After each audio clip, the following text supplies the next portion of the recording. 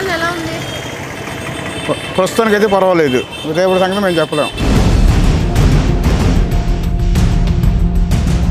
6 నెలల్లో ఒక సీఎం తలుచుకుంటే ఏమైనా చేయొచ్చు ఏంటండి, కానీ ఆయన చేయలేకపోతుంది. ఈ ప్రభుత్వం కక్షపూరిత రాజకీయాలు ఏమైనా చేస్తుందా? ఇప్పుడు ఇంతవరకు జరుగుతుంది అదే. ప్రస్తుతం ఉన్న కూటమి ప్రభుత్వం పరిపాలన ఎలా ఉంది? ప్రస్తుతానికి ఎటువంటి లోటుపాట్లు లేకుండా నడుపుతుంది.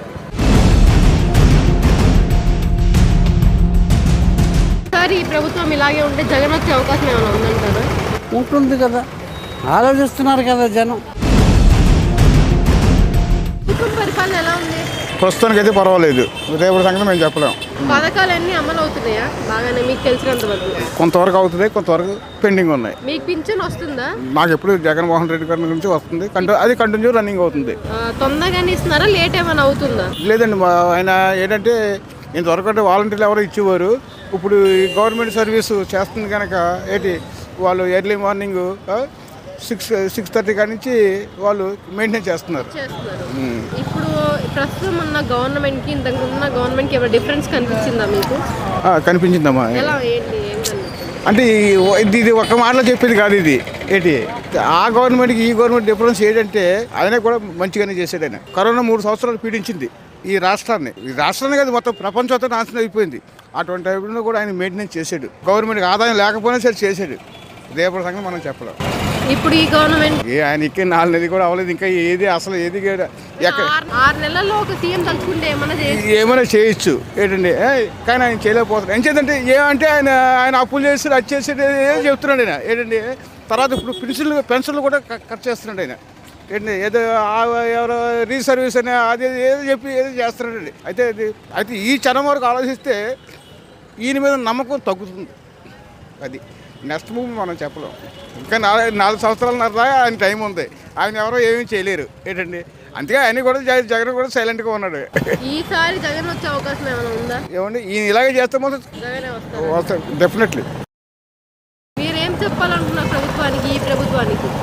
ఇప్పుడు మనిషికి తిండి బట్ట కొనడానికి ఇల్లు అది సదుపాయం కల్పిస్తే ప్రతి మానవుడు కూడా మీకు ఓటేస్తాడు. అంతేగాని ఆడ చేసినది మీరు రద్దు చేసి మీరు ఏదో ఎప్పుడు 6 నెలలకు 10 సంవత్సరాలకు ఇస్తారంటే అది ప్రజల నమ్మకం పోతుంది. అది బాబా ఈ ప్రభుత్వం కక్షపూరిత రాజకీయాలు ఏమైనా చేస్తుందా? ఇప్పుడు ఇంతవరకు జరుగుతుంది అదే. ఏం జరిగిందంటే ఏమండి, ఈ కక్షపూర్తి రాజకీయాలు అంటే ఇప్పుడు ఎవరు ఆ పార్టీలో తీసుకెళ్ళి లోపల ఈ పార్టీలో లోపల తీసుకెళ్ళి మరి అది కక్షపూర్తి కాకపోతే దాన్ని ఏమంటారు? ఇంతకుముందు జగన్ చేసాడంటే అది ఇప్పుడు మామూలు వాళ్ళ మీద రిమార్క్ ఉండగానే చేశాడు. వీడి మీద రిమార్క్ లేకపోయినా చేస్తాడు. ఏదో పెట్టింది వేరు, పెట్టింది వేరు. కేసు అనేది ఒకటే, అది కేసు ఇది కేసే. ఎవరండి? ఓకే, దానికి ప్రూఫ్ ఇంతవరకు ఏది కూడా జరగలేదు. మనం మేరీ నాగార్జున పెట్టారు, హైకోర్టు కొట్టేసింది. మరి ఇలాంటి ఎన్ని కనపడుతున్నాయి కదండి జనానికి. అలాగే ఇలాగే ఎంతమంది ఉన్నారు కూలి పని చేసి ఉన్నా కానీ నాకు ఇంత జనరల్ అని చెప్పాను. చదువుకున్నవాడు ఇంకా ఎక్కువ చెప్తున్నాడు.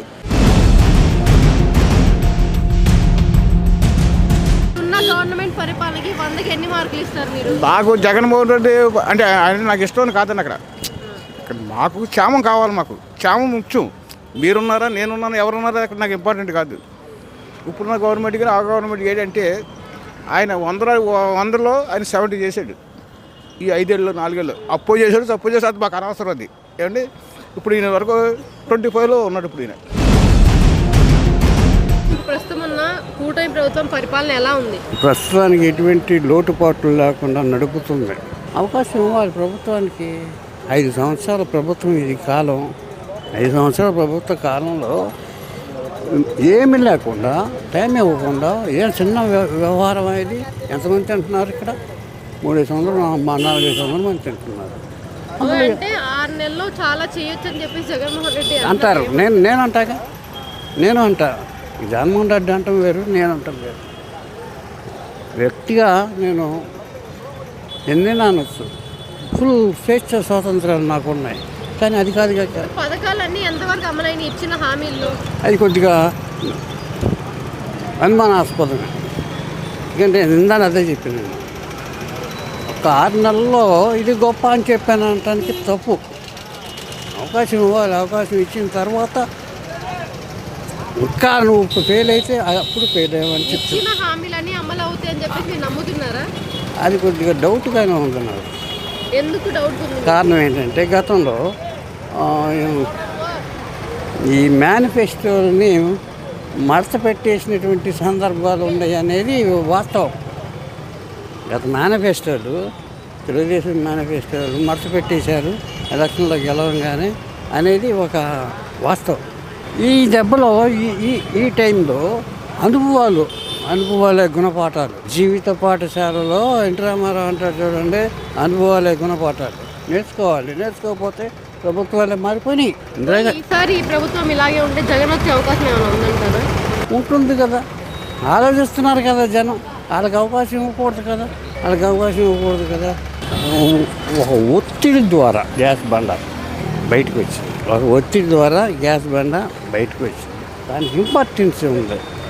ఈ 5 రూపాయల భోజనానికి ఇంపార్టెన్స్ ఉంది, అందుకని బయటకు వచ్చింది.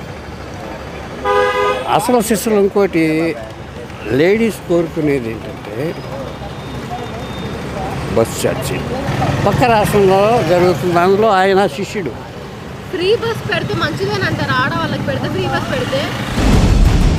అది కొద్దిగా ఆలోచించాల్సినటువంటి విషయమే. అది అంత స్థాయిలో మోతాదులో మాట్లాడడం అనేది కొద్దిగా నాకు సాల్వ్. ఏది ఏమైనప్పటికీ అది మాత్రం ప్రజల్లో ఉంది. ఏముంది, ఇవ్వలేదు అని. నేనేమి నాకు ఇచ్చిన హామీలు అమలు చేయాలని చెప్పేసి అంటారు మీరు. తప్ప లేకపోతే పాలక వర్గాలు పడిపోతాయి. అందుకు ఇందిరాగాంధీ నిదర్శనం.